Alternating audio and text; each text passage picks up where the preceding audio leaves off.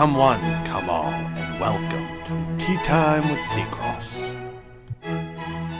What's up, guys? Welcome to another edition of Tea Time with T-Cross.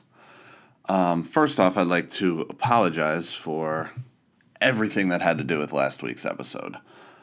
My girlfriend's daughter has been using the microphone for her Zoom classes, and she changed some of the settings on the microphone. So, apparently you guys didn't notice, which is weird, because I think the microphone sounds pretty fucking good when I have the settings set correctly. I assume she wouldn't change the settings, which is why I let her use it. So it sounded terrible. She turned the gain all the way up. And good thing I now know to check it, because I told her to not change the settings, but if she did, how to change them back. She changed the settings again and didn't change them back. But luckily I caught it before I recorded the whole fucking episode. So I apologize for that. And secondly, with the video, I have to get used to the fact that this camera only records for about 18 minutes. Why that is, I have no idea. I was reading online that the camera decides once a video clip hits like 4 gigabytes to just shut it off. I don't know why the magic number is 4 gigs when I have 128 gig SD card in there. So there was no video for like 6 or 7 minutes, and then at some point the battery died on the camera. And I guess when the battery dies, the camera just shuts off and it doesn't beep or anything. So I have to pay close attention to make sure the battery is alive. So I just got to pay closer attention to the camera for now until I get one that can just record for several hours at a time. I don't understand it, but it is what it is. So anyway, I'm a fucking hero. I'm a lifesaver. And that's all there is to it. That's it. So before I get into that story, though, it happened while I was doing the bread truck. And some crazy things over my years driving a bread truck have happened to me. Before I get into my hero story and my life-saving story, I'd like to tell those stories. So the one time I was delivering down in Belmar/Asbury Park, somewhere down in that area. I forget exactly where the restaurant was. And it was I always hated going into this restaurant because it was on like a main street. There were always crackheads walking down the street because I'd get there at like 2 in the morning. This is when I was delivering overnight. And you'd have to walk through the front door because they wouldn't give you a key directly to the kitchen for whatever reason. So you have to walk through the entire restaurant to get to the kitchen. And it was pitch fucking black in there. So there was one night I delivered there, and then the next day I get a call from my boss. He goes, "Hey, did you lock the door at this restaurant?" And I said, "Yeah, of course. Why?" He goes, "Because he was robbed in the middle of the night, and he thinks that you didn't lock the door." And I was like, "No, absolutely lock the door." So we checked the security footage, which he should have done before calling my fucking boss. But anyway, he checked the security footage, and the guy who was robbing the store was in the fucking store when I came in. Luckily, he didn't try to attack me, or he just hid until I left. When I found that out the next day, I was like, I hope you know I'm never going back into that restaurant. You can order them the nights that I'm working for you, but they will not get their bread. I will not go back there. Fuck that place. Unless he gives me a key directly into the kitchen where he keeps the lights on at night, then that guy can fuck off. I'm not delivering there anymore. Another great one. There was one night I was working down in... It was further south. I want to say it was Wall. Driving on Route 9. No, I wasn't on Route 9. Sorry. I forget what road I was on. But I'm driving, it's raining. I see a woman in the middle of the street just like jumping up and down, waving her arms. So I pull over and I roll the window down. I'm like, "What's up?" She was like, "Oh, can you give me a ride home, please? My boyfriend just beat the shit out of me."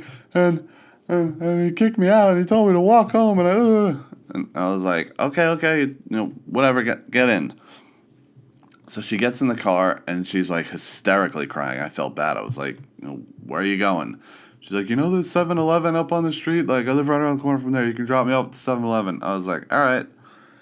I don't know, it was like 2 miles down the road, so it was a quick ride. But, we were talking. I was like, oh, my God, are you okay? Like, what happened? Blah, blah, blah. So I pull in the 7-Eleven parking lot, and she goes, what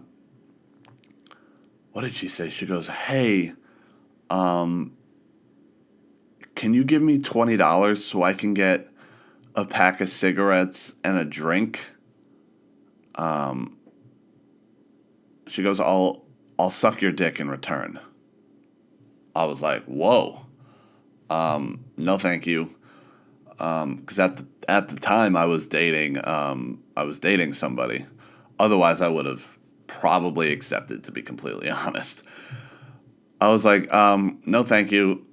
She was like, you know what? I don't need a drink. I definitely need cigarettes. So like, I'll suck your dick if you buy me a pack of cigarettes. I'm like, no, thanks. She was like, you know what? Fuck the cigarettes. How about a drink? I will suck your dick for $3 so that I can buy a drink. And I went, here's my my Arizona can. Please get out of the truck. Oh my God. How crazy was that? If she would have just said like, hey, can I please get money for a drink? Please, like, no problem. She's like, I will suck your dick for a drink. I'm like, oh my God. Who did I allow in this truck? And then she went on her merry way, but whatever. It was fucking crazy. And so this week, I'm doing the bread thing during the day. Those other two things were in the middle of the night. So now I'm doing during the day, 1 day a week. So I pull up to this one store. I go, pull around back because these people let me directly into the kitchen. And as I'm parking the truck, I see a tiny little Asian woman in my side mirror running towards the truck. I'm like, what the fuck is this lady doing? So she gets up next to the truck. I roll the window down, and she was like, oh my God, can you please help me? Please help me. I'm like, what happened? She goes, somebody fell in my store. A woman fell in my store, and she can't get up. I'm like, oh my God. So I run down the back alley, not the back alley, but behind the building. I run to her store, and as I open the store, there is a large, enormous woman laying on the middle of the floor in this little rub and tug nail salon.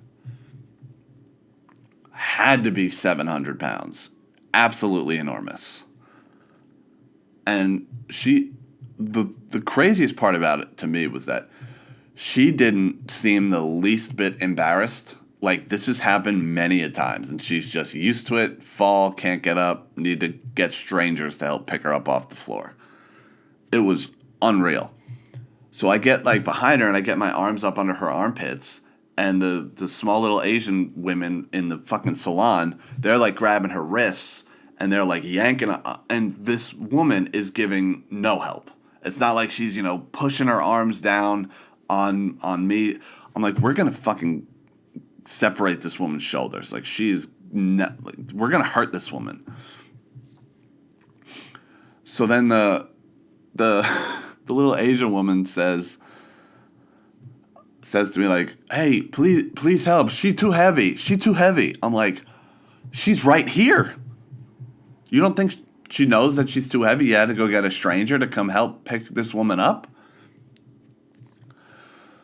So we helped get her in a chair, and she's like, oh, thank you. And then the little Asian woman, like, thank you. And, like, no tip, nothing, just a thank you. And then they all looked at me awkwardly, like, I don't know what I was expecting, but more than like all right, thanks, like, get the fuck out of here now look. It was really strange. But I said that I saved somebody's life, and I think I did, because had I not been there, that woman would have starved to death on that floor. There was nobody else in the world that could have possibly picked that woman up off the floor. And one thing that drives me crazy is How does that woman survive life? Where if you fall and you can't get up, not because you hurt yourself, but because you're too fat. That's crazy to me. You know, I've recently put on a bunch of weight, but when I tell people I'm fat, they look at me like, shut the fuck up. I don't understand how people can allow themselves to get to be 700-800 pounds. It's crazy. To the point where you can barely walk. I mean, this woman's thighs were the size of my torso. It was, how? But yeah, had I not been there, that woman would have died that day on that rub and tug floor. Yeah, I was thinking maybe one of these little Asian women was like, hey, you want to come in one of these side private rooms and I'll take care of you. Thank you for helping us out. But nothing. Just thanks, get the fuck out of my store now. But that had me thinking about starting my own business. You know, there's the, life alert. I've fallen and I can't get up. If you fall and you can't get up, call me. Don't call these life alert douches. Ugh. They got to go through insurance to get those people there. I'll just come over. $20. I'll pick you up. I'll help you out. Pick you up off the floor, you fat slob.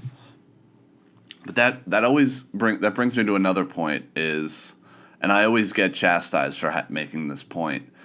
If I ever, let me rephrase. Being fat is not a handicap.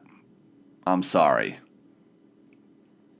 People, when I see handicapped people, or when I see fat people park in a handicap spot, I don't assume they're handicapped. I assume they're fat. I assume they're lazy. When I'm in Disney World and I see fat people riding those automatic scooters, you're not handicapped. You're lazy. And then people are always like, oh, not all handicaps are visible. Yeah, that's true. But if you're handicapped and fat, your handicap is probably caused by your fatness.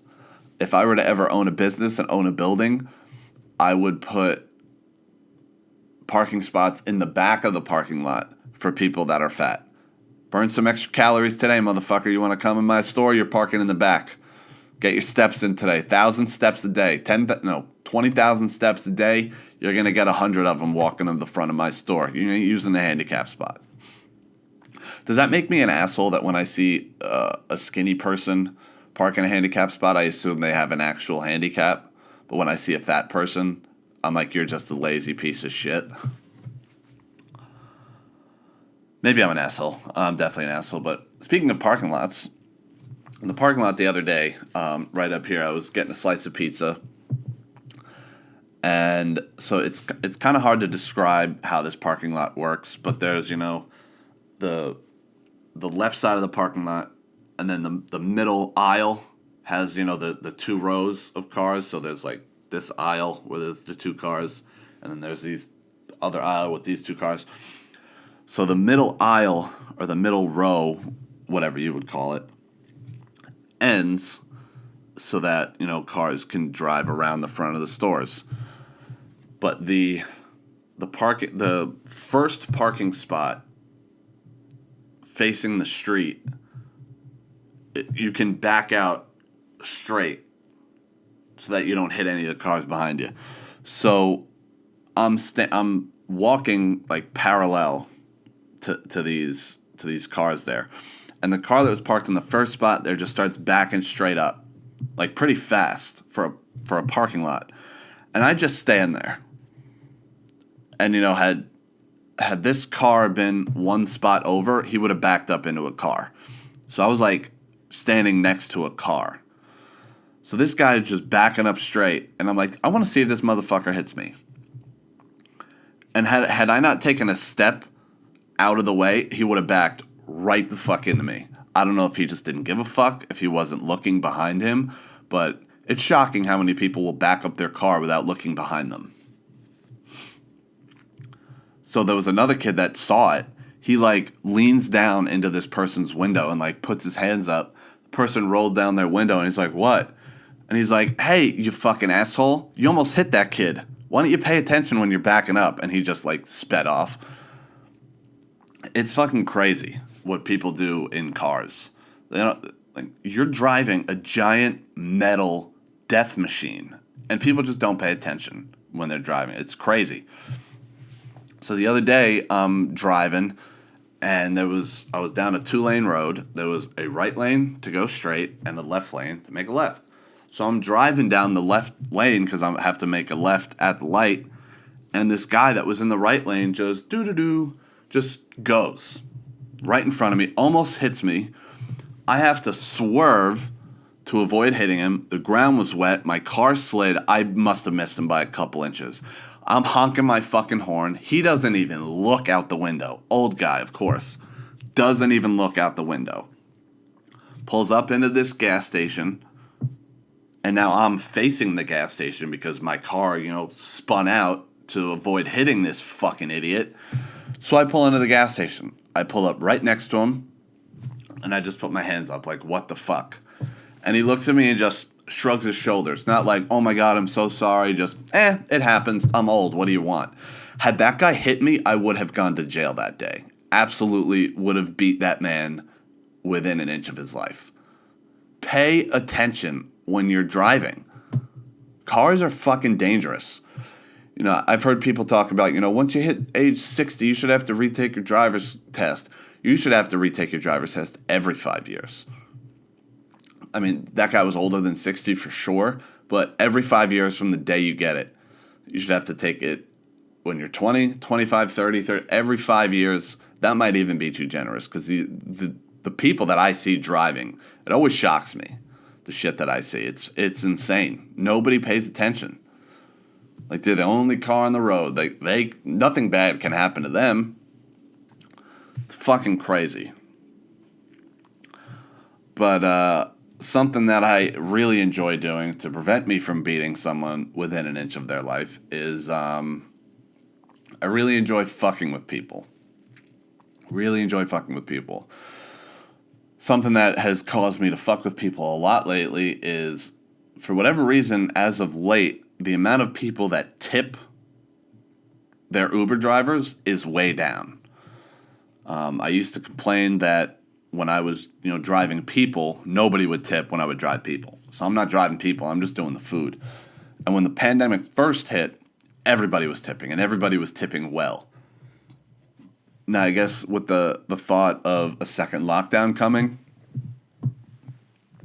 the idea of tipping, like, people are saving more money, I guess. But if you can't afford to tip your fucking driver, don't order out. Like, go pick it up yourself. I don't care if I'm delivering it across the street. If I'm delivering food to you, you should fucking tip me. So one thing that happens to people that drive a lot with Uber will tell you how much money you're going to make for the trip. And then you can kind of figure out, because the base is $2.50. So if the request is for $2.50, you know that they're not tipping you, or they'll tip you in cash, but that is very, very rare. So 18 minutes about just hit. So this camera should be stopping soon, so I'm going to go stop it myself. And it's been stopped. Motherfucking cocksucker. All right. So the camera didn't appear to be on. This camera's really pissing me off. I guess we'll see when I edit and post how much it actually recorded, because this is so frustrating. The battery's good because I just put a new one in that I was charging overnight. Oh my God, that just pissed me off. Anyway, so I know I can figure out when people are either not tipping or tipping like 45 cents, which happens. So what I do is if their door opens outwards, I will put the food up against the door, so they either have to knock their shit over, especially if they have drinks, or they just have to walk out the back door and get it that way. Or if their door opens inward, I will leave their food at the bottom of their stairs. So that they have to walk actually out of their house. And if it's raining, it's getting left in the rain for sure. For sure, it's getting left in the rain. And if you have a bottled soda, that bottle is getting shaken without question. And if you're ordering tacos, I will throw your bag into my car so that the taco shells break. Stop being a cheap fuck. What can I tell you? What can I tell you? I'll put my balls on your bag. I don't give a fuck. I've never actually done that, but I've thought about it. And I've always done this with people that stand too close. But now that now with the pandemic, I do it way more often and way more obviously. People will stand way too close in line, and there's literally signs on the ground of where to stand so that you're 6 feet away from the person in line, and nobody does it. So I'll start where I'll just look at them, and then I'll look behind them at the sign on the floor. Like I'll look down at my sign on the floor, I'll look behind them at their sign on the floor, and then I'll just stare at them until they back up. Or I will lift my leg and I will pretend to fart. That's a great one, especially in Disney World. Because you get these foreign people that will stand so close to you, they will literally stand on your foot and not give a fuck. I will fart on your child's face. He's about as tall as my butt. I will fart right in his mouth. I don't care. Back up. And I'm sure people are thinking, Tom, you're an asshole, blah, blah, blah. But this is the things I need to do so that I don't go on an historic murderous rampage and have my face etched in the history books forever. So with Uber, you guys should all know about my feud with McDonald's. They are the worst place ever. Fucking holy shit, I can't stand them. I hate everything about McDonald's. So the other day I worked a 10-hour shift. And it's something I like to do when I wait a long time inside McDonald's, which is every time I'm in there. I will open the timer inside my phone and I will click a timer of how long I'm waiting inside this restaurant. And then I'll post it on Instagram and I'll tag McDonald's. But the other day I decided, let me see how much time collectively I spend inside McDonald's today. So I worked a 10-hour shift. That day, I spent 1 hour and 23 minutes waiting inside of a McDonald's collectively. Throughout the whole day, collectively spent over an hour, almost an hour and a half, inside McDonald's waiting to get my fucking orders. That's unacceptable. That's unacceptable. Uber doesn't pay you to wait around. So out of that 10 hours of my shift, an hour and a half, I got paid nothing. I've had people say like, what's the big deal? You're just waiting a few minutes. It's not just a few minutes. It's a few minutes each time, and I'm in there several times a day. It adds up. The days I don't go to McDonald's that often, I make about $20 to $23 an hour. The days I'm in McDonald's, a lot, I'm making like $17 or $18 an hour. Because I'm spending over an hour inside their store not getting paid. And this happens every day, about an hour, depending on how long I'm working and how many times I'm in there. On average, probably, I'd say I'd spend about an hour a day inside McDonald's. So let's say that's $15 to $20 a day, and I'm working 6 days a week. That's over $100 a week that McDonald's is taking out of my fucking pocket because their food's not ready when I get there. Hour and a half of an entire shift spent inside McDonald's. And one of the orders was literally 1 cup of coffee, and I waited 13 minutes.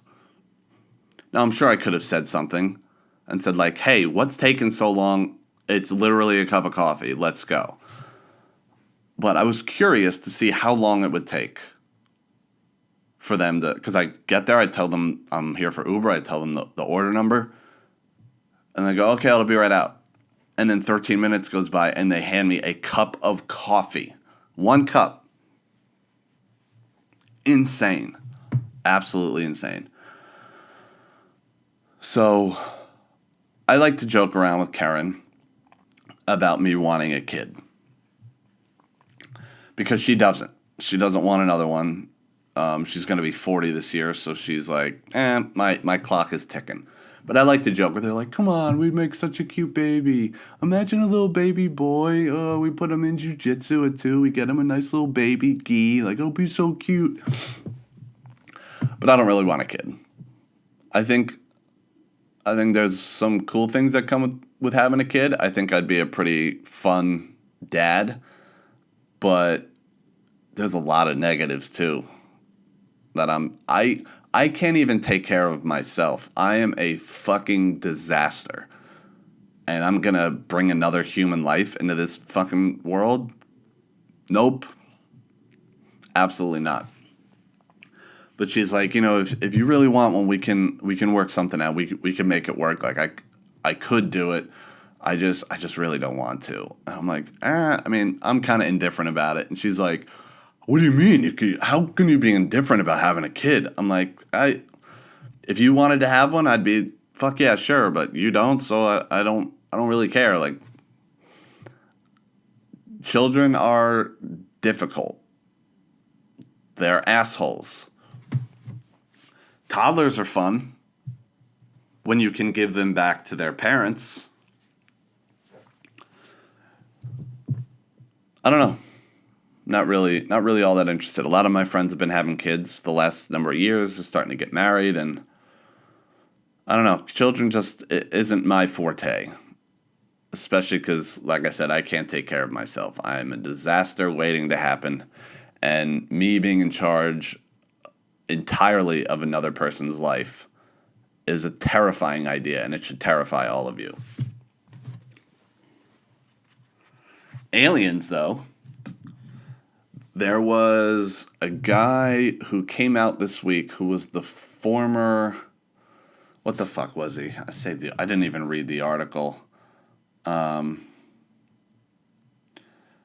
did it say? Former Israeli space security chief says aliens exist and humanity is not ready to know everything.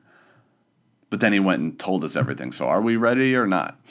But this guy came out and said that sports, that's next on my list here, that aliens exist, and they've been in contact with the United States government and the Israeli government for like decades, I think he said, years, at least years. I'm not surprised, but I really hope that if Donald Trump loses, like his court cases continue getting thrown out of court. I heard something this week that 63 cases have been thrown out of court because there's no evidence. And Rudy Giuliani was testifying about it the other day, and he farted really loud on the microphone. It's pretty funny. Rudy Giuliani's having a tough go. He got caught in the Borat movie. Although I thought that was horseshit. He was sticking his hand down his pants, got caught doing that. He sweat so much that his hair dye leaked. He rubbed boogers all over his face. He now caught COVID. He farted on the microphone. He's having a tough year. So, no, I have another thing before sports. Daredevil. I've been watching the show Daredevil on Netflix, the Marvel show. I'm going to tell you what, I don't love it, if I'm being honest. The first, I just started season 2. The first season was kind of slow. The fight scenes are awesome, but they're few and far between.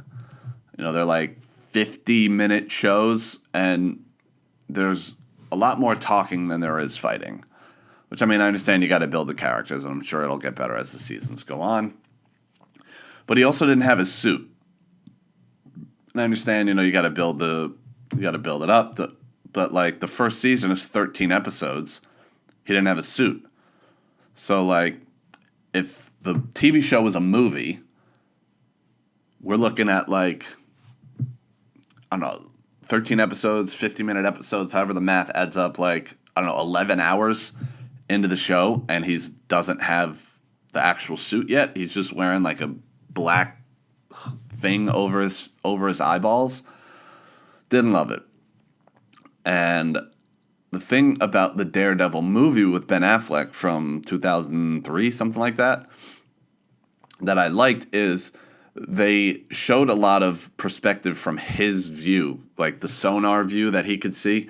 They're doing none of that in the TV show thus far. Ben Affleck, they did something with his eyes to make him show that he was blind. This guy in the TV show, whenever he's not wearing glasses, he doesn't look blind. Like, he's looking people directly in the face. He's like, if they're walking, he's following them. I don't know. Just, he doesn't appear to be blind other than the fact that he's wearing sunglasses. I don't know. But as of right now, I like the movie better. But I just started season 2, where he's now with the Punisher. I had already watched the Punisher TV show, so I'm kind of watching the Marvel shows out of order. But I kind of wish I waited to watch the Punisher, because the Punisher was so fucking good, I'd be shocked if any of the other Marvel shows live up to it. So that's that. But, all right, now we get on to sports. So, when I was editing last week's video, I didn't talk enough about Mike Tyson and Jake Paul. I feel like I kind of brushed it over. So I kind of felt bad for Mike Tyson after the fight, because when he was doing his interview with Roy Jones, one of the questions was asked of Roy Jones is like, hey, a lot of people were worried about your health, fighting Tyson and, being old or whatever. Do you feel like you were ever in any danger? And Tyson literally sounded like he was hurt. He was like, how come nobody was worried about me? I haven't fought in 15 years. Roy Jones fought 2 years ago. Nobody was worried about me and my health. And he's right. Nobody really was. I don't know if that was because, he's a lot bigger than Roy Jones, and nobody thought that Roy Jones could hurt him. I don't know, but it's disrespectful to Jones and disrespectful to Tyson that none of us, myself included, were like, oh, God, what's going to happen to Tyson's health? I think if Tyson was fighting a bigger guy, a much more muscular guy, a lifelong heavyweight, maybe they would have been, but Roy Jones, had fought at heavyweight, but he was like a middleweight, super middleweight, whatever weight class he fought in for most of his career. Nobody was worried about Tyson, and he seemed really upset with that. It almost seemed like he was fighting back tears as he's like, what the fuck? How come nobody was worried about me, sort of thing. And now there are reports coming out that Tyson is already looking for his next opponent. They're eyeing Riddick Bowe, Evander Holyfield, Shannon Briggs, Buster Douglas, I think, called him out, which would be a great story if they were to fight again. I was listening to Ariel Helwani in DC the other day, and apparently some website, has, who's going to be Tyson's next opponent, like gambling. And Daniel Cormier was on the list, and he was like, whoa, what the fuck? Like, I didn't even call him out. I had no idea that I was apparently on the list to fight Tyson. What the fuck's going on here? I don't know. I'd be shocked if it was anybody other than Evander Holyfield. He's the biggest name. They had the 2 fights, the ear bite. I think Holyfield beat him both times, right? I think the one was a DQ because of the ear bite. I can't believe I don't know this. I'm almost positive, though, that he won the one by DQ and then the other one, because the ear bite was their second fight, I believe. Yeah, he fought Mike Tyson. And then not even a year later, they fought again. Wow. And that's when Tyson bit him. So yeah, okay, I had it right, but I'm surprised I wasn't like, for sure I know this. And then Jake Paul. Afterwards, in his post-fight interview, he said like, oh, I've been a fighter my whole life. Like, nobody believed in me, which very well could be true. But then he's like, I have to fight the fact that everybody on the internet hates me and they say some negative stuff to me. Yeah, they hate you because you're an asshole. You fuck with people. You live in like a $20 million house, and you were caught stealing shit at the LA riots. I mean, this isn't you, but your fucking brother was fucking with dead bodies over in Japan in the suicide forest. I mean, you're an all around asshole. I mean, it's working for you. You're rich as fuck. You're making however much money. Everybody wants to fight you now. Biggest names in the world. Jorge Masvidal said like, oh, he should fight. I mean, Jorge Masvidal's talking about him. He claims that he's already talking to Conor McGregor for that fight. I don't think that's a good idea for Jake. I think. I mean, I was listening to a podcast the other day, and I think because Jake is like, oh, I'll never get the credit I deserve. Yeah, because you're fighting nobodies. If you go out and fight a boxer and you beat an actual boxer, you'll get some credit. Like an up-and-coming boxer. Pick an up-and-coming boxer who's had a couple pro fights. Maybe that's 2-0, 3-0. Test yourself against a real, actual boxer who's had, 100-some-odd amateur fights and is now fighting pro. I don't think that'll end up well for him, but I think that's what he needs to do in order to get some notoriety. I mean, if he fights, I think honestly the best option for him would be to fight Dylan Dennis or Ben Askren. I think if he boxes either of those two, he beats both of them. And I know I've been critical of Jake Paul and like, oh, he didn't look that good. Dylan Dennis does not have good striking. The only reason he's a well-known name is because of jiu-jitsu. And the only reason he's undefeated in MMA is because of his jiu-jitsu. He does not have good striking. Neither does Ben Askren. I mean, if you look at Ben Askren striking against Damian Maia, I'll put his lovely striking here. I think Jake Paul beats both of those guys. And I think that would give him some level of credibility. But I think if he throws himself in there against Conor McGregor, he's going to get hurt, I think. But speaking of the Paul brothers, it is official that Logan Paul will be fighting Floyd Mayweather. Now, to put that in perspective, Logan Paul's last fight against KSI, he weighed in 199 pounds. Floyd's last fight against Conor, or was it his last fight? Was his fight against Tenshin, the Japanese kid? Was that after? I think it was after Conor, but his fight against Conor, he weighed in 149 pounds. So Logan Paul will have at least 50 pounds on him. Not saying that Logan Paul stands a chance because he doesn't, but I don't understand how you can have two fights, haven't won either of them, and now you get to fight Floyd Mayweather. I mean, he's a big star. It's all about money. I get it. But I don't know. I'm kind of on the fence about it. I don't really have a problem with it because Floyd is the greatest ever. He absolutely deserves a chance to fuck off and, do these bullshit exhibitions for shitloads of cash. Definitely deserves it. And I mean, Logan is a fucking huge star. I mean, his podcast, every episode gets like tens of millions of views. He's a huge star. He gets Joe Rogan numbers on his podcast. He's a fucking huge star. The biggest boxing pay-per-view of before Tyson, the last number of years was Logan versus KSI. So, good for you. I don't think this pay-per-view does nearly as well as your fight against KSI because people are getting annoyed with Floyd over it. I don't really care. I'm going to watch. I watch, all the big boxing fights. I'm not a huge boxing fan, but the big fights I watch. And that one's I'm going to also watch. But I think the camera turned off again. The beep isn't loud, man.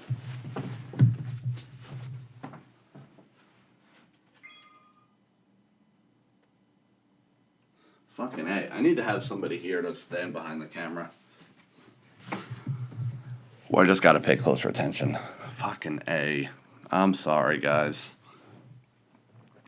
I'm going to run out of videos to put in this empty space. Last week I put a bunch of my jiu-jitsu videos, my MMA fight. Sorry, guys. But speaking of big boxing fights that I didn't watch, I didn't know about it. I don't follow boxing as closely as I should. But Errol Spence came back and fought Danny Garcia. Errol Spence got in a horrific car crash just about a year ago. Flipped his car. I don't know exactly how bad his injuries were, but he came back after a year layoff from the accident. I think the accident was last September, something like that. So a little over a year. Doesn't take a warm-up fight, just comes back and says, "Give me Danny Garcia." Danny Garcia is nobody's bitch. And from what I understand, Errol Spence pretty much handled him pretty easily. And now people want to see him versus Terrence Crawford, and as do I. Will it happen? Probably not. It's boxing. Getting two undefeated guys to fight each other in similar weight classes, I don't know. Weight classes are only separated by a couple pounds, so I don't know who's where and what, and Santiago would know. I don't fucking know, but that's a fight I'm interested in. I like Terrence Crawford. I like Errol Spence. I like Danny Garcia. I don't know why I didn't know about this fight, but anyway, we'll get to the MMA news. Yoel Romero was released by the UFC, and I don't want to say I'm surprised, but I'm kind of shocked just because of his name value. He's lost 4 out of his last 5, but he's fighting the top guys. Let's see what his. He had the 2 fights against Whitaker. He had the fight against Izzy. Who else did he fight lately? Let's see. So he lost to Whitaker, beat Rockhold, lost to Whitaker, lost to Paulo Costa, lost to Izzy. So he lost 4 out of his last 5. 4 out of those 5 were title fights. He won the title fight against Luke Rockhold, but missed weight, so he didn't get the belt. And then before that, he was undefeated in the UFC. So, and he's also 43 years old. I don't know. I think there's definitely a spot for him. He's definitely not getting his ass whooped. The Izzy fight was one of the most boring fights ever. The Paulo Costa fight was fucking crazy. The Robert Whitaker fight was fucking crazy. I was kind of surprised, but again, lost 4 out of 5, 43 years old. Maybe, who knows how old he actually is, because he's a Cuban experiment. But now Bellator and PFL came out and said that they're not interested in Yoel, which also shocked me because, like I said, he's in seemingly great shape. But then Darren Till came out. Darren Till is fucking hilarious. One of the best personalities in MMA right now. So Darren Till always came out and said, I'm not afraid of anybody except Yoel Romero. So last week he came out and said, I don't know if he was serious or if it was a joke, but he said, I've decided to move back down to welterweight. And then Romero gets released and he says, better yet, I think I'm going to stay at middleweight, actually. I've decided. And then decided, hey, I want my next UFC fight to be against Yoel Romero. Now he's calling him out. People are like, oh, of course now you call it. That's the joke. That is the fucking joke. Get your head out of your ass.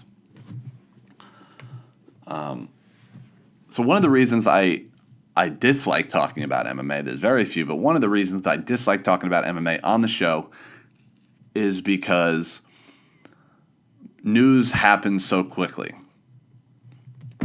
Last week, I talked about Yair Rodriguez and what Dana White said, he won't be fighting for a while and it's none of our business. Literally an hour after I recorded the episode, I had literally just posted the episode on SoundCloud. The news breaks as to why he won't be fighting for a while. So the news broke before I even posted the video on YouTube. Because the YouTube video came like 2 days later or something. I was thinking about putting something in post like, now the news came out now sort of thing. And decided against it. But so for those of you that didn't see, Yair Rodriguez got suspended because he didn't tell USADA where he was. USADA has an app that you have to check in where you are at all times of the day so that they can, drop by. And, if you forget, sometimes they give you a break. They say within a calendar year, you get three of those violations where we show up where your app says you are and you're not there. That's a violation. You get 3 of them in a year. And he got his 3, and they suspended him 6 months. That counts as a failed test. I think, from what I understand, the first violation of that is a year suspension, but they negotiated something down to 6 months. I don't know if he just got lazy, but I really don't think Yair Rodriguez has taken anything. Super tall, super skinny, not a muscular guy. But, of course, literally right after the fucking show, it comes out as to why.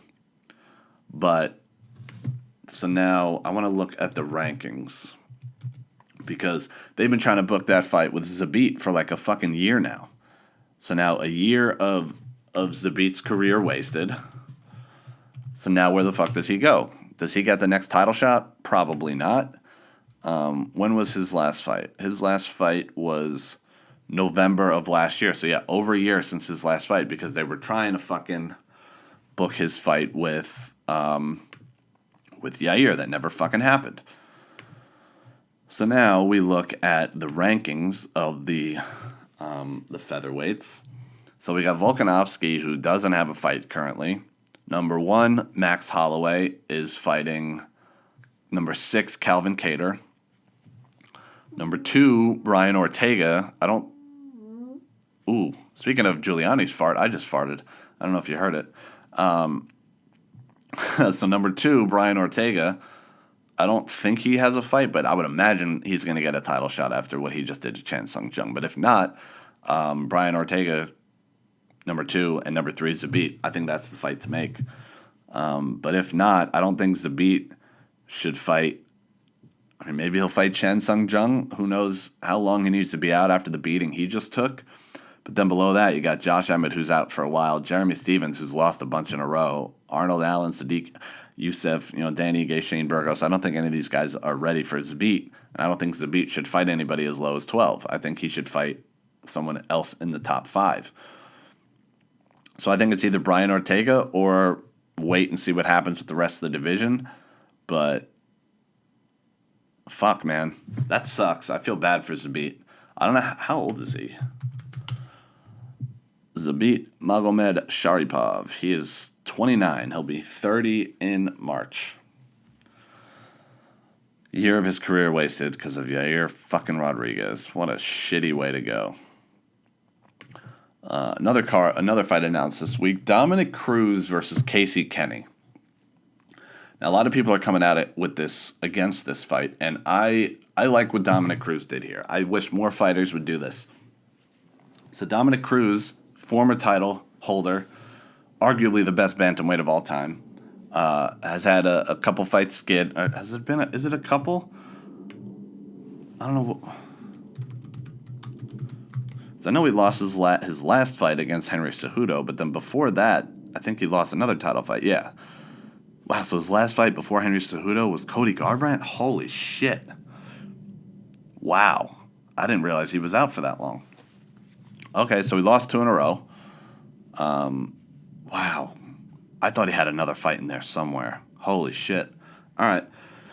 So former title holder, arguably the best bantamweight of all time, is now, after losing 2 title fights in a row, he is booked against Casey Kenny. Now, Casey Kenny is a up-and-comer, looked really good his last couple fights in the pandemic, and I'm glad Cody Garbrandt did this because Cody Garbrandt is a name, especially in the bantamweight division. Casey Kenny is not yet a name. So Dominic Cruz is looking at this as like, hey, I need to get a win. So he's fighting a no-name guy, and this is a win-win for both guys. Well, maybe it's not a win-win for Dominic Cruz. Dominic Cruz has all the pressure, but it's win-win for the UFC, and it's win-win for Casey Kenny. Dominic Cruz is put himself in a tough position. If he loses, he's pretty fucked.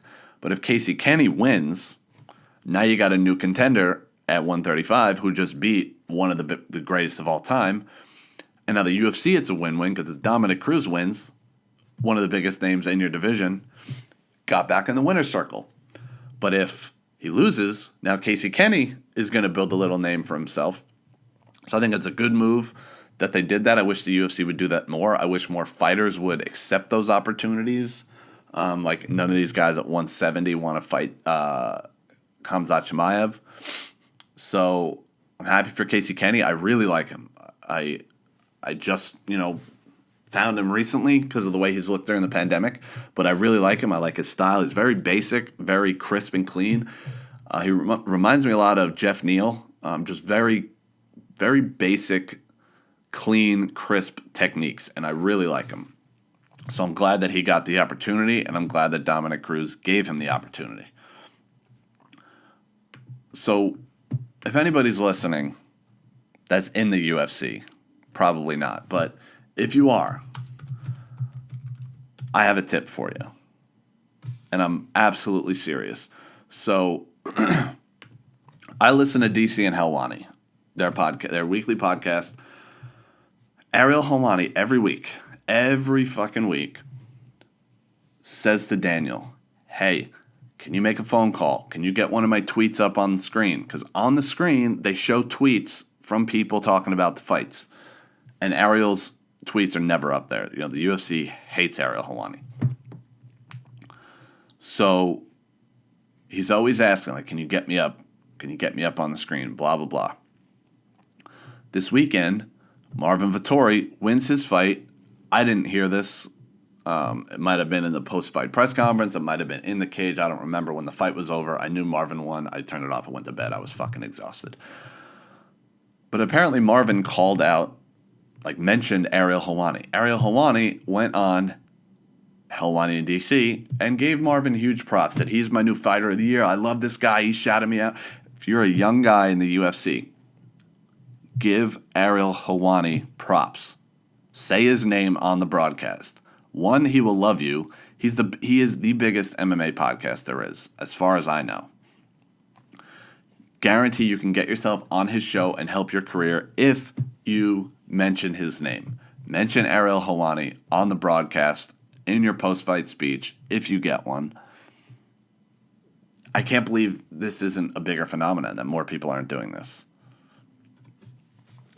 Maybe I'm wrong because I'm just some fucking schmuck who's never had a fight and bought a microphone, but I think that's the way to go. He's the biggest name in MMA media. You want to get media opportunities, you mention the biggest, because he loves it. He loves his name being mentioned on the broadcast. I don't know. Maybe it's just me. I don't know. But let's look at the Jack Hermanson card from this weekend. I'm nervous that the camera's I gotta pay closer attention. So I had a tough weekend gambling on the sports book. So I had a parlay with Jordan Levitt, who was the biggest favorite on the card, and then they had OSP as an underdog, which shocked me. I know he's fighting a young undefeated guy, but guy that's only had 6 or so fights, and OSP's had, close to 30. So I was like, fuck yeah, OSP's taking that fight. Jack Hermanson, also an underdog. I thought he was going to dominate that fight. So I put 50 down on the parlay, and it was going to win me, I think 265 was the number. And OSP got his fucking ass whooped. Jack Hermanson got his ass whooped. And I put other side bets on them because they were underdogs in case one guy won and the other guy didn't. I wanted to win some money. Neither of them won. They both got their asses whooped. So that was no good. I also had a 6-team parlay on the NFL this weekend, and the Giants won, and they fucked that up. And then I put a bunch of money on the Steelers to win on Monday night to try to, get myself back into the green, and they lost to the tough week on the sportsbook. But before I get into this card, I'm going to check the camera again, so give me 1 second.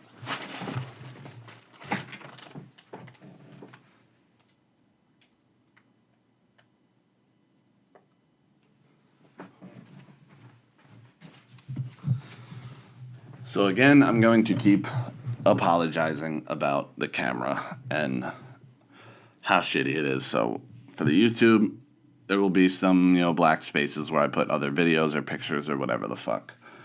My dad actually called me last week. He goes, "Hey, do you watch these videos on YouTube?" I go, "Yeah, why?" He goes, "Because at this marker, it's no longer you. It's you doing jiu-jitsu. Like, what happened there?" So my dad is watching the YouTube videos, which is cool. But he called me. He goes, "This is the longest I've ever listened to your show." Because, I start every episode. And then a couple minutes in, you usually say something fucking crazy. It goes off the rails, and I say, "All right, I'm out." So, Dad, if you're still watching, love you.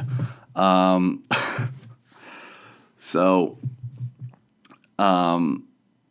the prelim card, Louis Smolka looked excellent. Got a finish. I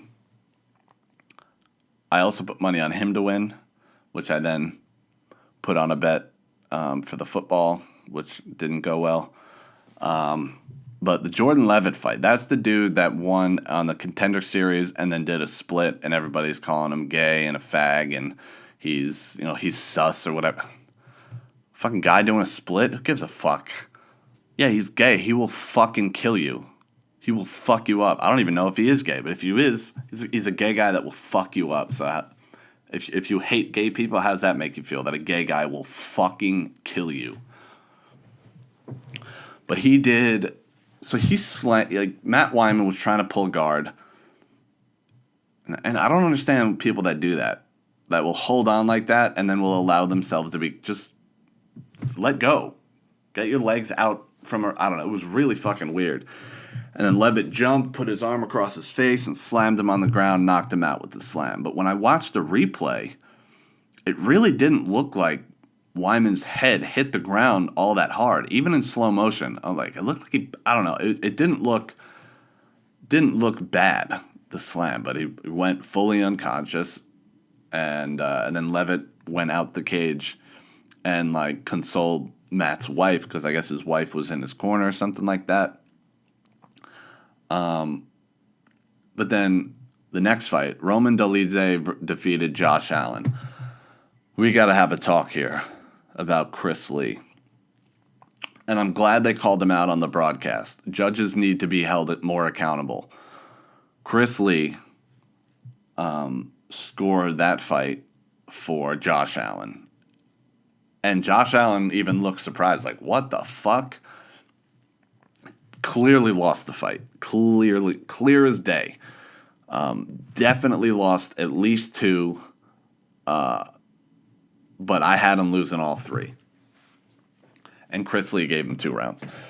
Chris Lee is the same judge that said that Rafael Dos Anjos lost to Paul Felder. Paul Felder was on the broadcast, and he said, you got to be kidding me with that scorecard.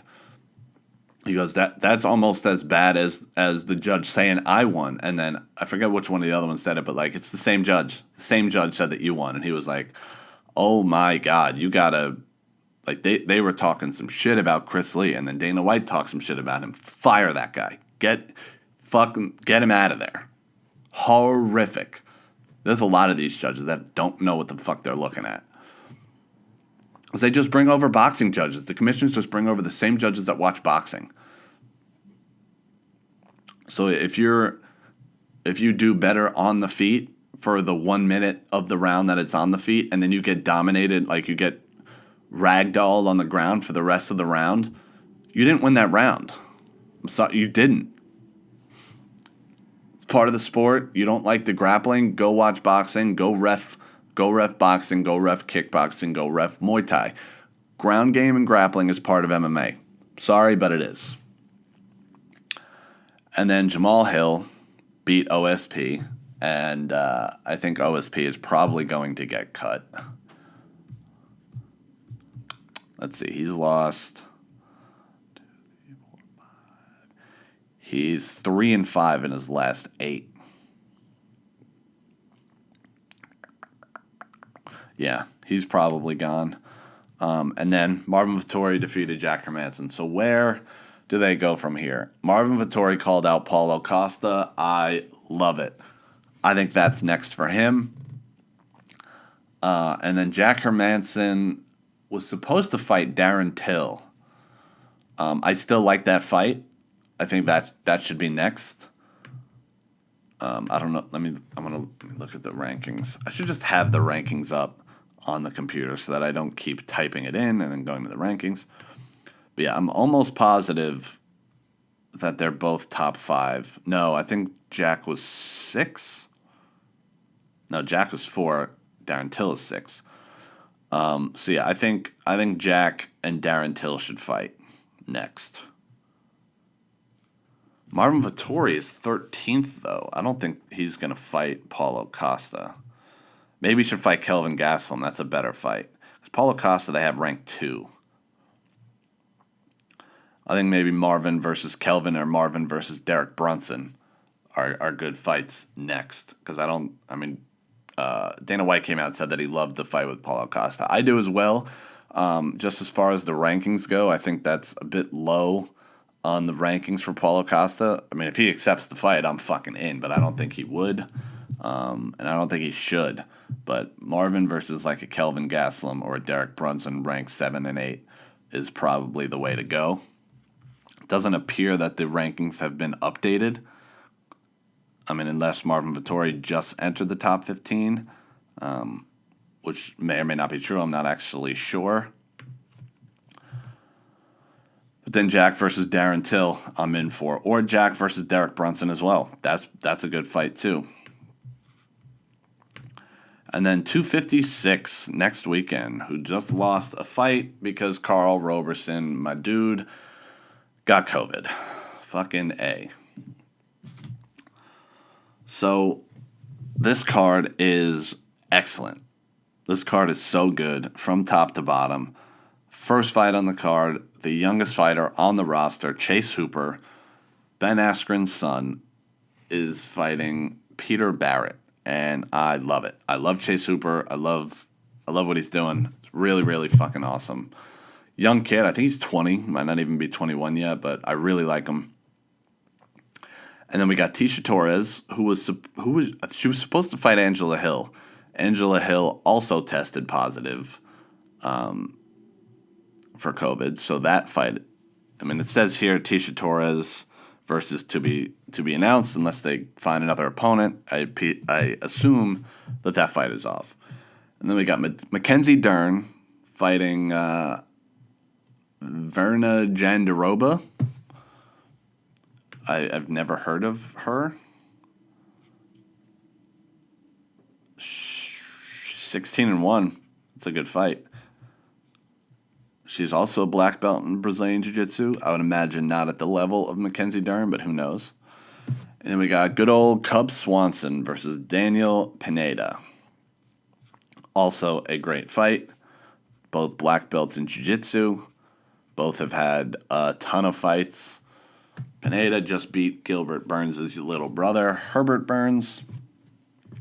And then the main card is fucking crazy. We got JDS fighting Cyril Gane. We got Kevin Holland versus Jacare. We got Renato Moicano versus Rafael Fiziev. We got Tony Ferguson versus Charles Oliveira. We got Davidson Figueiredo versus Brandon Moreno. I don't even know where to start. I could start at the beginning. That's probably the way to go. JDS, former champ, versus Cyril Gane, the undefeated French fighter, 6-0. Big step up in competition against Junior Dos Santos, who's lost his last 3. Francis Ngannou, Curtis Blades, Jairzinho Rozenstruik. 3 knockouts in a row. If he loses, he's probably next on the chopping block. And then we got Kevin Holland versus Jacare. Excellent fight. Jacare's been on a bit of a skid the last couple years, so I'm taking Kevin Holland. I think Kevin Holland is gonna come out and be impressive. I mean, if he can stop the takedown, Jacare's not going to beat him in the stand-up. Then Renato Moicano, who at one point I thought was going to be the next featherweight title holder, but then he moved up to lightweight after losing 2 in a row to Jose and Chan Sung Jung. But I still like him. I think he's going to beat this Rafael kid. Maybe not. This Rafael kid's a Muay Thai guy. 29-4 in Muay Thai. Did he beat anybody of note in Muay Thai? No. But that's going to be a fun one. But the fight I'm most looking forward to, Tony Ferguson versus Charles Oliveira. This is a big fight because it has title implications. I don't know what they're doing with the title, if Khabib is staying around or not, but if Charles Oliveira beats Tony Ferguson, he definitely deserves a title shot. 7 in a row, 7 finishes. His last 10 wins are all by finish. If Charles Oliveira finishes Tony Ferguson, he for sure deserves a title shot. If Tony Ferguson can come back after that brutal beating that he took back in April? Was that April or May? I want to say it was April. I think it was the first card back after the pandemic. No, it was May. It was supposed to be in April, and then they pushed it back. May 9th. Absolute beating of a lifetime he took from Justin Gaethje. If Charles Oliveira can finish him, he deserves a title fight. If Tony Ferguson can come back after that brutal beating and beat a guy that's won 7 in a row, he deserves a title shot. 155 is so fucking backed up, it's crazy. But I'm picking Oliveira. But if anybody can come back from a beating like that and completely forget about it and just move on and get better, it's Tony Ferguson. So that's the fight that I'm most looking forward to. That's the people's main event. I wish it was a 5-round fight. I wish they would push it back a week and have them headline the card that Chimaev was supposed to headline with Leon Edwards, just so that it could be a 5-round fight. That'd be awesome. But it doesn't seem like that's what they're going to do. But then the main event, Deiveson Figueiredo versus Brandon Moreno. Now, I thought Brandon Moreno deserved the title shot before Perez did last week, or 2 weeks ago. They both fought on the same card. They both had quick wins. And then they decided to headline this pay-per-view 3 weeks later, which will be the quickest turnaround in UFC history for title defenses. I think the previous record was held by Matt Hughes and Ronda Rousey. Matt Hughes did 2 title defenses in 56 days. I forget who they were against. But Ronda Rousey, I think it was Sarah McMahon and Miesha Tate. They're her back-to-back, I believe. Let me double-check that.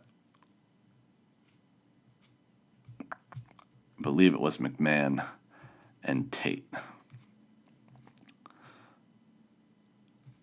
No, it was McMahon and then Alexis Davis. Damn. I thought it was Tate. Or maybe it was Tate. Was it Tate and then McMahon? Yeah, that seems like a shorter time. Yeah, it was Tate and then McMahon. And then Matt Hughes did it too. I don't feel like looking his up. He's a piece of shit. I think Figueiredo wins this fight. If he can make weight again, I mean, he's a big 125er. I don't know if he can make weight again on 3 weeks' notice. All the pro fighters seem to think that that's a better thing, that'll help him. But I imagine he put on somewhere like 20 pounds. So he would have to lose another 20 pounds in another couple weeks again. I think he can do it. But it's going to be a fun fight. I really like this Brandon Moreno kid. He's young. The problem with these two is that they don't speak English. And, historically, the guys that don't speak English don't become big stars. It happens. Like Fedor doesn't speak English, but it's rare. Jose Aldo never became a big star. He doesn't speak English. Anderson Silva didn't really become a big star until he attempted to speak English. Neither of these guys really speak English. So I think if whoever wins this fight needs to then go take English classes if they want to be a big star. But I'm looking forward to that fight for sure. I like Figueiredo. I like Moreno. I like the flyweights. I always have liked the flyweights. I didn't like the idea of getting rid of the flyweights at all. So now we go to the questions. I think I only got 2 on Facebook. Got one from my buddy Benny Panella.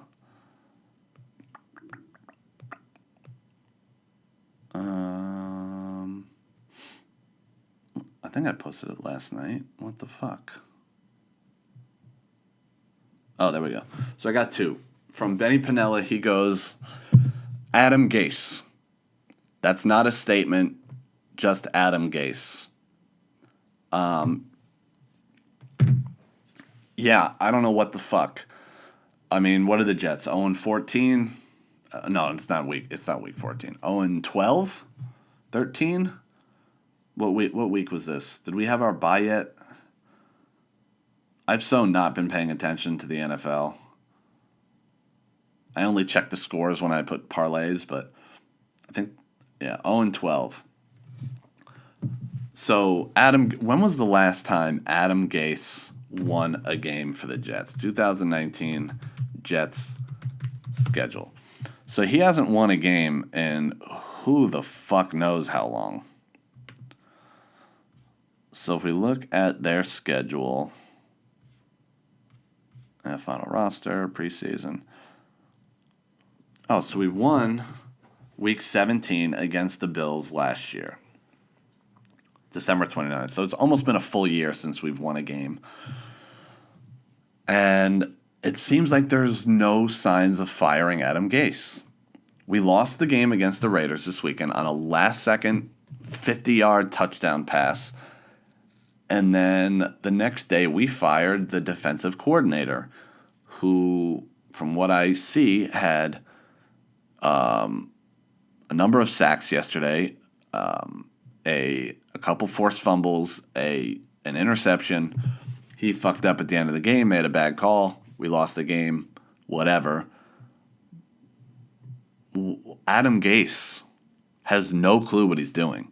If you look at him on the sidelines while he's coaching, he just looks completely clueless at all. Like he's just looking around, like no clue what he's doing. He has no idea why he's there, and that's just I could do just as good a job as Adam Gase, and I'll do it for half the money.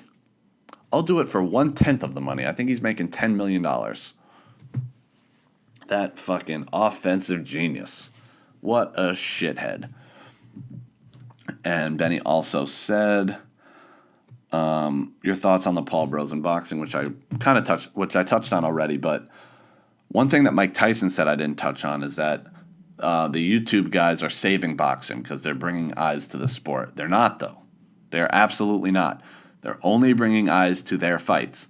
Nobody is watching Logan Paul versus Floyd Mayweather, is only watching it because of Logan Paul, is then going to turn around and watch Errol Spence versus Terrence Crawford. It's just not the way these guys and their fans are doing. They're only watching it because he's in it. They're not watching it and then loving boxing and then turning around and watching Canelo's pay-per-view fights or Lomachenko's ESPN fights. They're not saving boxing. They're making a shitload of money for themselves and whoever they're choosing to fight, that's for sure. But I don't think they're saving boxing by any means. Get your money, get your paychecks. If I was in their spot and I was a fucking bajillionaire and I could make even more money fighting schmucks or even fighting professional fighters and losing, I would fight Floyd Mayweather for whatever the fuck Logan Paul's about to get paid. I don't know the details on the fight, how many rounds and whatnot, but however much money Logan Paul is about to make, I would fight prime Mike Tyson for that amount of money tomorrow. And then my other question was from Juice. Dana just announced 60-plus fighters are getting cut from the UFC. Who do you think will be cut, and who do you want to be cut? So before I answer that, I'm going to check the camera again.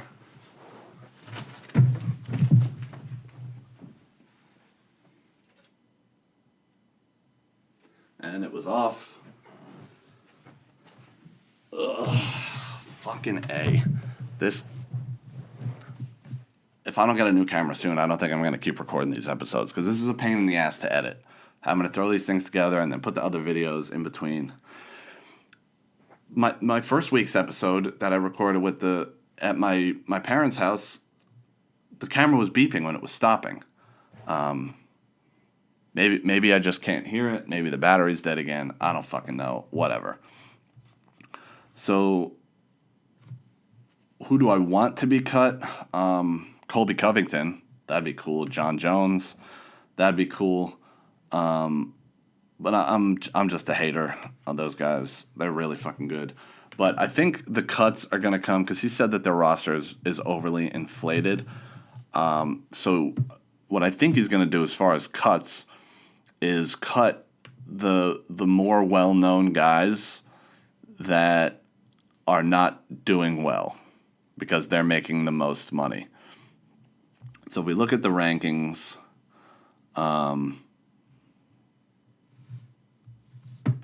so let's start with women's bantamweight. I don't know much about a lot of these top 10 girls here and what their current win streaks and whatnot are. So then we go to women's flyweight. Alexis Davis, former title challenger. I don't think she's done well as of late. She might be on the chopping block. Guys like Cowboy Cerrone are probably on the chopping block. JDS, I think even if he wins this weekend, he's probably next. OSP is probably on there. And let's look at the heavyweight here. Walt Harris has lost a couple in a row. He's probably up there. There was somebody else that I was thinking that lost a number in a row. Claudia Gadelha, I don't think she's looked that good as of late. Let me look at her. I think it's going to, a lot of these cuts that are coming are going to be more well-known people because they make more money. She's 2-2 in her last 4. She's probably okay, Claudia. But yeah, I'm trying to think who and what weight classes haven't looked good. Chris Weidman hasn't looked great. He's probably on the block. Looking at welterweight, Robbie Lawler hasn't looked all that great lately. We go to lightweight. I think all these guys in the top 15, they've all looked very good lately.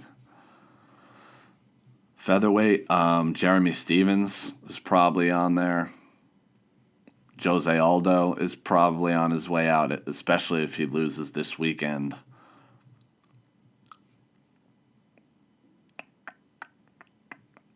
Yeah, that's probably all I can think of off the top of my head and off looking at the rankings.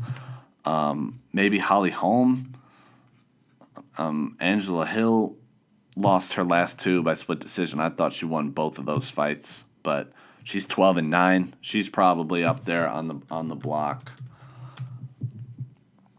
I saw a lot of people mentioning Holly Holm online. I don't know what she's done lately. She's won 2 in a row. So probably not her. Yeah, I'm sure that if I were to look at the entire roster, I could probably pick out a lot more people, but I'm just looking at the rankings because it's going to be top more known people. Like Donald Cerrone's lost 5 in a row? Something like that. lost. Yeah, I mean, he lost to Nico Price. They overturned it because Nico Price failed for marijuana, but he lost 5 in a row. Mike Perry, that's who I wanted to mention. Mike Perry's probably next. I mean, his last number of fights, 1, 2, 3, 4, 5, 6. He's 3-6 in his last 9. Lost to Santiago Ponzinibbio, Max Griffin, Cerrone, Vicente Luque, Jeff Neal, Tim Means. But then he beat Mickey Gall, Alex Oliveira, Paul Felder. He's really inconsistent, but he's also a lot of fucking problems. Missing weight, dabbing on people after he misses weight. Fuck Mike Perry. He's probably next. But, yeah, that's all I got. Jeffrey Epstein didn't kill himself. Take your vaccine. And if you're fat, don't park in the handicap spot.